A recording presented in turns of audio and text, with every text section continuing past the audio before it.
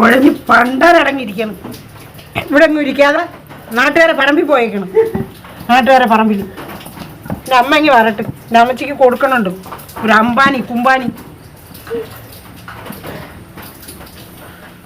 കേട്ടല്ലോ, അമ്മ ചീത്ത പറയണ കേട്ടില്ലേ? പൂച്ചേനെ വീടിന്റെ അകത്ത് കയറ്റി കഴിഞ്ഞാൽ എന്നെ തല്ലിക്കൊല്ലെന്ന് പറഞ്ഞ ആളാണ് കേട്ടോ. അംബാനിയുടെ കുഞ്ഞുങ്ങളെ എത്ര കാര്യമായിട്ടാ നോക്കണേ നോക്കി.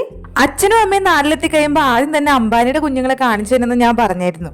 പക്ഷെ വീട്ടിലാളില്ലാത്ത കാരണം അംബാനി സേഫ് ആയിട്ട് കുഞ്ഞുങ്ങളെ എങ്ങോട്ടോ മാറ്റിയിട്ടുണ്ടായിരുന്നു. പക്ഷെ കുറച്ച് കഴിഞ്ഞെങ്കിലും അമ്മയും അച്ഛനും വന്നു എന്ന് അറിഞ്ഞപ്പോ അംബാനി എവിടെന്നോ കുഞ്ഞുങ്ങളെ എടുത്തോണ്ട് വന്നു കേട്ടോ. അതാണ് സ്നേഹം. ഞാനൊരു കാറ്റ് ലവർ ഒന്നുമല്ല, എനിക്ക് ഡോഗിനെയാണ് കൂടുതൽ ഇഷ്ടം. പിന്നെ എല്ലാ മൃഗങ്ങളെയും എനിക്ക് ഇഷ്ടമാണ്, വളർത്താനും താല്പര്യമുണ്ട്.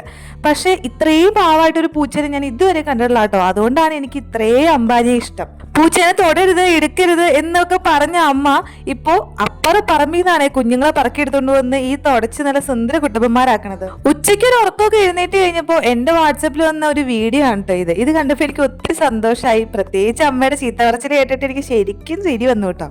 വീടിന്റെ അകത്ത് പൂച്ചേനെ കേട്ടിരുന്ന് പറഞ്ഞ ആള് ഇപ്പൊ അച്ഛനും അമ്മയും കൂടി പറക്കിയെടുത്ത് അതുങ്ങളെ അകത്താട്ടോ കൊണ്ടു വച്ചേക്കണേ. കുഞ്ഞുങ്ങൾ നന്നായിട്ട് 4 പാട് ഓടിക്കളിച്ച് നടക്കാറുള്ള പ്രായമായി.